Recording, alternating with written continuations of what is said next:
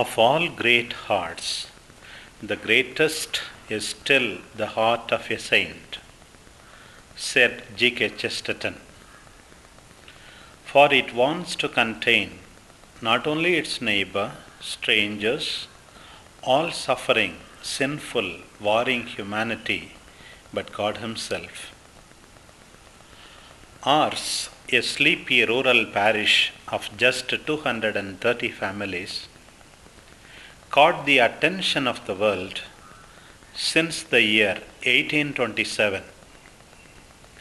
From all over France, Belgium and Britain, even from far-flung America and Canada, an average of 20,000 pilgrims a year thronged the portals of this tiny village that was not even on the map of France.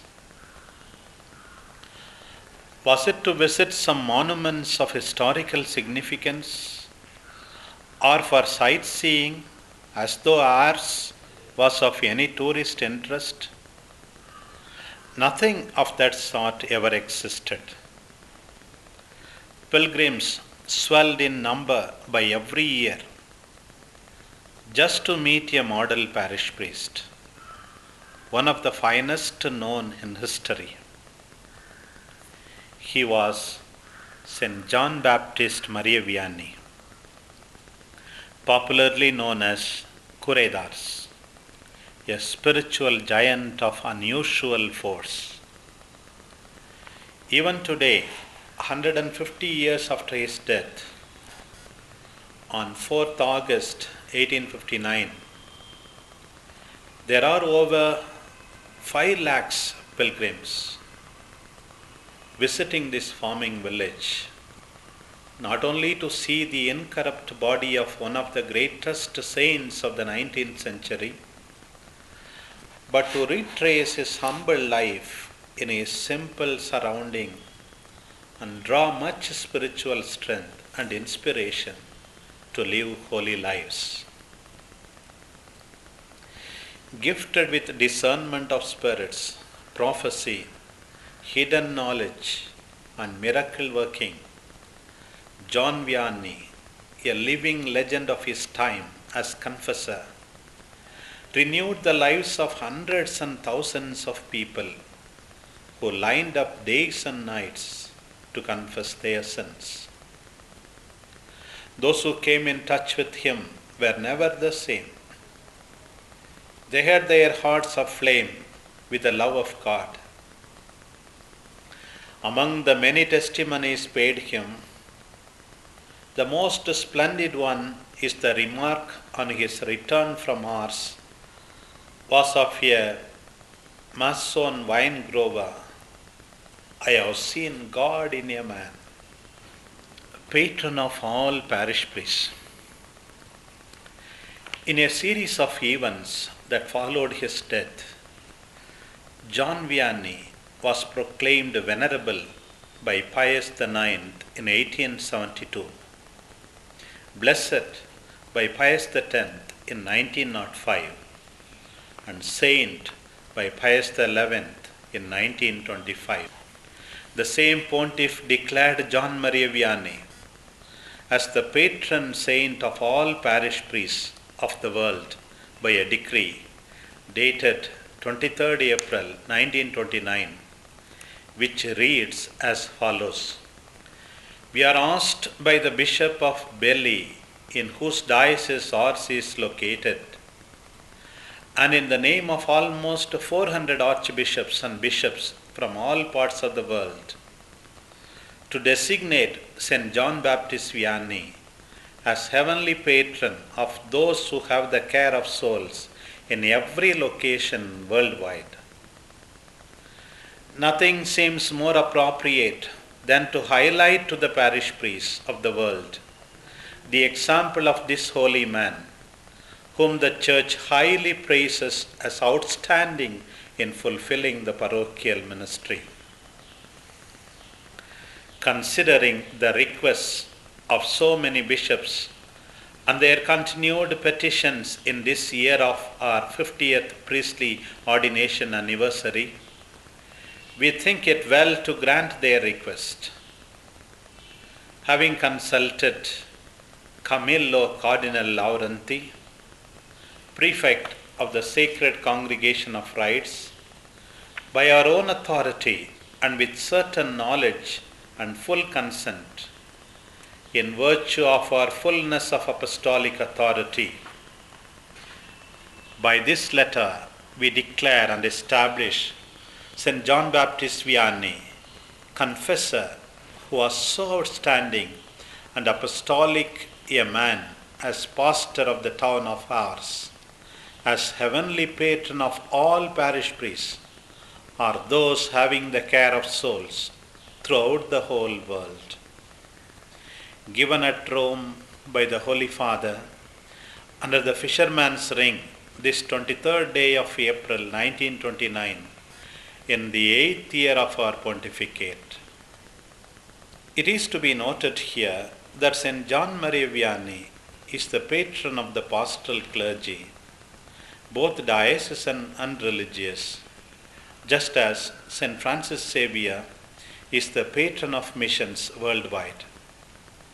Incidentally, the mortal remains of both these saints are incorrupt to this day. Holiness of life. Pope John the 23rd issued an encyclical Sacerdotiae Nostri Primordia on priesthood to mark the centennial celebration of St. John Vianney that fell on 4th August 1959. In it, the Pontiff states that, given the highest dignity of the priesthood, the clerics needed to pursue a path of even greater interior holiness than that of the religious state.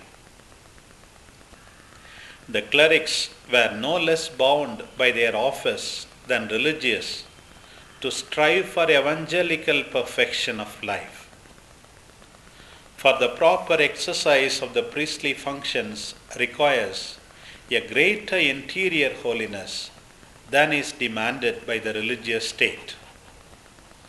And even if churchmen are not commanded to embrace 3 evangelical counsels by virtue of their clerical state, it still remains true that in their efforts to achieve holiness, these counsels offer them the surest road to the desired goal of Christian perfection.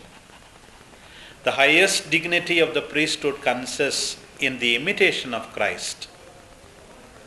The Pontiff then highlights some of the great qualities of the saint.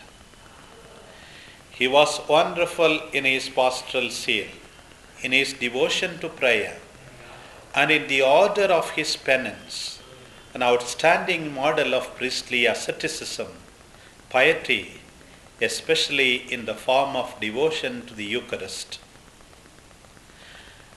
The Curedars was exemplary in the practice of the evangelical counsels of poverty, chastity, and obedience, as well as of humility and charity.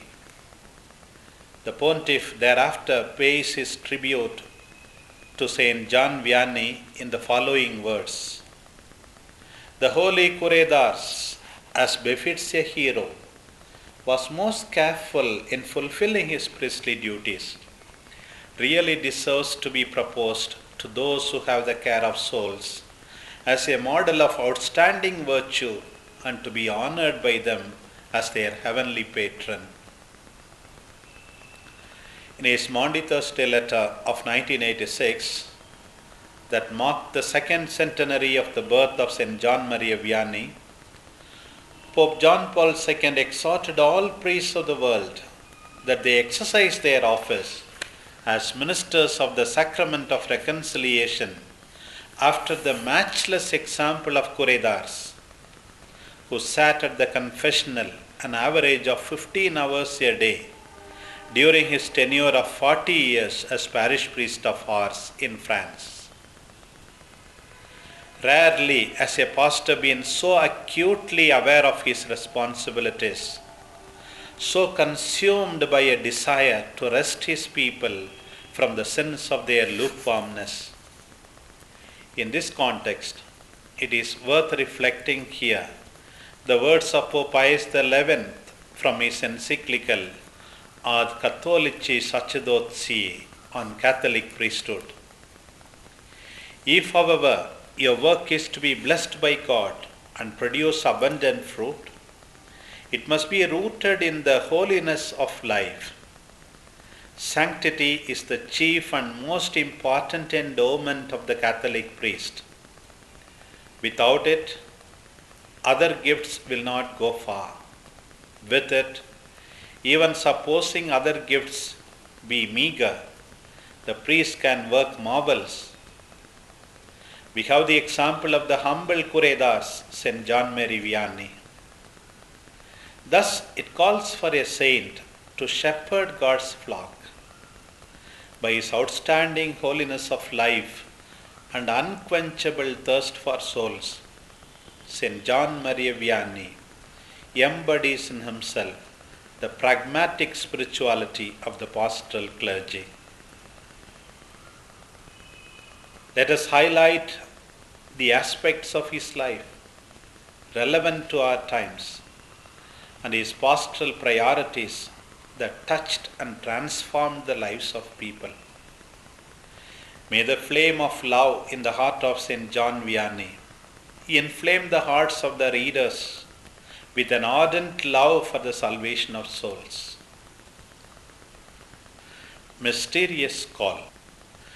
God springs up surprises when He calls. To accomplish great things, He chooses the unexpected, the unqualified, and sometimes those who, in the estimation of the world, are the least deserving of such a glorious predilection. Such is the paradox, and more often than not, those whom God chooses also do not consider themselves worthy of such a sublime calling. When God commissioned Moses from the burning bush to represent his cause before the mighty Pharaoh of Egypt, he stammered and said, "I am slow of speech and slow of tongue." Exodus 3:10. When God called Isaiah, the prophet collapsed, saying, "Poor me, I am doomed, for I am a man of unclean lips." Isaiah 6:5.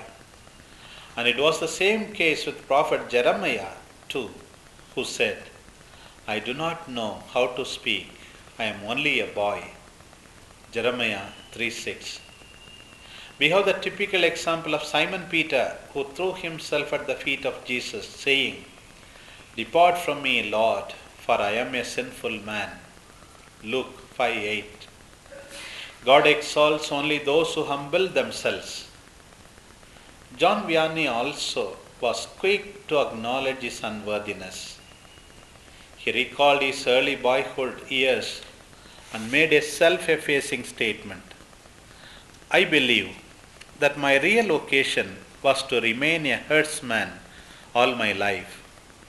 I hope God chose the most worthless of all the cures to do a lot of good. If God had found another worse than I am, He would have put him in my place." Like David of yore, John Vianney was also a shepherd boy who tended his father, Matthew Vianney's sheep, donkeys, and the cows, and he had to work in the fields while he was 7 years up until he was 20 years old. In front of God, John Vianney considered himself as nothing. A good Christian family is the seed bed of genuine priestly vocations. Just as a good tree produces good fruits, good Christian parents produce holy priests. In the selection of candidates for priesthood, therefore, a vocation promoter is duty bound to assess the faith life of their families. John Vianney's mother, Mary Bellus, was a woman of eminent piety. She nourished her children on a daily diet of Holy Mass, family prayer, almsgiving, and devotion to the Blessed Mother Mary. With tears in his eyes, often the saint used to remember his mother. After God, I owe it to my mother. She was so good. Virtue passes readily from the heart of your mother into that of her children. A child that has happiness of having a good mother should never look at her or think of her without tears. His mother used to tell him, Jean, dearest, if I saw you offending God, it would hurt me more than if it were any of my other children. Vianney's desire to become a priest started gripping him when he received the first communion in May 1798 at the age of 13. He was attracted to priesthood solely for winning souls for Christ. He kept his soul free from the stain of sin. I knew nothing of evil, said Kuredars, until I learned to know it in the confessional. Divine intervention. What do the people expect of their priests? They expect them primarily to be men of God, men found more on their knees than on their feet. For people, it does not really matter that their pastor holds academic degrees longer than his name. They want to meet a saint in their priest and change their lives, rather than an eloquent preacher and erudite scholar full of himself. The more important qualification of a priest is that he is spirit-filled and spirit-led. That certainly John Vianney was. What of it if he was not the topper in his class? But he was certainly a pastor par excellence, a legend of a living saint in his time. John Vianney was not a dunce or dullard as some clever writers and preachers have projected him. He was intelligent from the fact that during his ministry, the curé maintained the habit of reading and studying. When he died, he had over 300 books in his personal library. At night, Vianney used to stay up to read by candlelight the Gospels or the Imitation of Christ. John Vianney took pains to prepare and preach gems of homilies that touched and transformed the hearts of people. He possessed an unusual clarity of mind that enabled him instantly to see into the depths of souls. His judgment was exceptionally sure and certain. With remarkable wisdom, he counseled his penitents, who ranged from bishops to peasants, coming from different cultural and intellectual background. Therefore, without pursuing to probe the circumstances under which John Vianney was growing up, some people run him down heartlessly. Such an insipid gossip should stop forthwith, as it is bound to bear upon the pastoral clergy an adverse effect, however intelligent they may be. John Vianney was born about midnight on 8th May 1786 and was baptized that same day. It was the eve of the French Revolution. Vianney grew up as a child in a very difficult and dangerous environment. More than 300 priests were guillotined to death, and several presbyteries and convents were razed to the ground. Priests had to vow allegiance to the state more than to the church and the Gospels. Some weaklings compromised and caused great scandal to the people. However, there were some priests, the heroic ones, that went underground to celebrate Holy Mass with the people. As such, people lived under terror and tension. Under such circumstances, in an interior village as Dardili, what facilities could have been there for John Vianney to study? He had no formal schooling, except that he had learned some elementary geography and history from his own sister. Moreover, Vianney's father demanded work from John in the family fields until he turned 20. Yes to God. When God calls, no power on earth can stop. Thanks to the encouragement of Father Bali, the parish priest of Equally, in 1812, John Vianney was admitted to the junior seminary at Verrières. In the following year, he was admitted to the senior seminary of Saint Irene at Lyon. A late occasion already, Vianney was put through the regular courses of scholastic philosophy and systematic theology. Moreover, in the pre-Vatican period, Latin was forced down one's throat, but John Vianney would not take it in. It was not his cup of tea. Had he been taught in his mother tongue, French, probably he could have fared well in studies like others. A saint is a saint always, and one has only to learn from him lessons in holiness of life. Some occasions are lost for lack of right discernment and impartial assessment of the overall performance of the candidates. Deep down his heart, Father Bali was convinced beyond doubt that John Vianney had the call to be a priest. In 1806, Bali, the cure at École, had opened a school for ecclesiastical students. So he took upon himself the task of training John Vianney in theology. Hurdles there were many to make it to the day of ordination. Though they appeared to be insurmountable, the obstacles were slowly overcome. Father Bali's people passed the successive grades. Model of piety.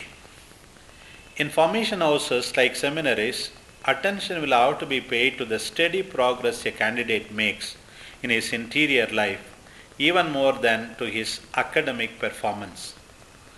Father Bali took pains to impress upon the first Vicar General of Lyon, Father Gobon, that John Vianney had a vocation to priesthood. In the absence of Cardinal Fesch, who was forced to leave Lyon in a hurry, following the Emperor's abdication, Father Courbon was directing the diocese. God always puts the right persons in the right place at the right time. The Vicar General inquired about John Vianney's piety and devotion to Our Lady. He is a model of piety, said Father Bali. A model of piety, Father Courbon repeated. Very well, I shall summon him to come up for ordination. The grace of God will do the rest, said the Vicar General. And it was indeed a wise decision that gave the Church a great saint who has been raised to the altar as the patron of all parish priests. A priest forever. The date of ordination was set for 13th August 1815. The Vicar General remarked, "The Church is in need of not only of learned priests, she wants above all holy priests." John Vianney, all alone, set out on foot for Grenoble, 60 miles away, where Monsignor Simon, Bishop of Grenoble, ordained him in the seminary chapel. At the end of the ceremony, the old prelate had remarked, "It is not too much struggle to ordain a good priest." But it was too much of a struggle for John Marie Vianney to become Father Vianney. Humble that he was, he did not give up on the path to priesthood. But with admirable tenacity, he pursued his goal to the end. Thus, the life of the Cure of Ars is a story that really shows that with God all things are possible. "Oh, how great is a priest," he used to say in later years. "The priest will only be understood in heaven. Where he understood on earth, people would die not of fear but of love. The priesthood is love of the heart of Jesus." Right from the first day of his ordination, St. John Vianney surrendered himself humbly and completely to God. He used to say in later years, "Oh, what a beautiful thing it is to offer oneself each morning as a victim to God. And what a beautiful thing it is to do all things in union with the good God. Ideal companions. Now the new priest, John Vianney, trekked his way to visit Father Bally at Ekali. The saintly and learned parish priest went down his knees to receive the blessing of the newly ordained and kissed his anointed hands. Thereafter, Father Bally, with a smile on his face, announced that the Vicar General had asked none other than Father John Vianney to be his assistant at Ekali. The people were overjoyed to have him, as he had edified them all already as a seminarian. They hoped to grow ever more in holiness of life under his spiritual guidance. Months after his ordination, when John Vianney was granted the faculty to hear confessions, the very first penitent to approach his assistant was Father Bally, the parish priest himself. Spiritual direction. Only a saint can recognize a saint. Father Bally was quick to perceive how divine grace was at work in the new priest. So he made the assistant, John Vianney, his own spiritual director. Spiritual direction is one of the most effective means to reach sanctity. Just as the saintly priest, Father Bally, had in John Mary Vianney his spiritual director and confessor, the cure had for himself Abbé Louis Beau. It has been observed that fewer priests these days feel the need of spiritual direction, and it is altogether out of fashion for some to make regular confession. For Vianney possessed that gift peculiar to saints, which in the words of St. Francis Sales consists in seeing everyone without looking at everyone. It is impossible to live with a saint, someone said.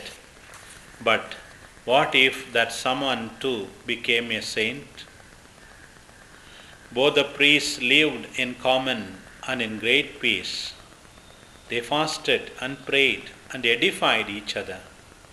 There was some sort of a holy competition between them as regards mortifications. The presbytery at Ekali was like a monastery and a school of holiness.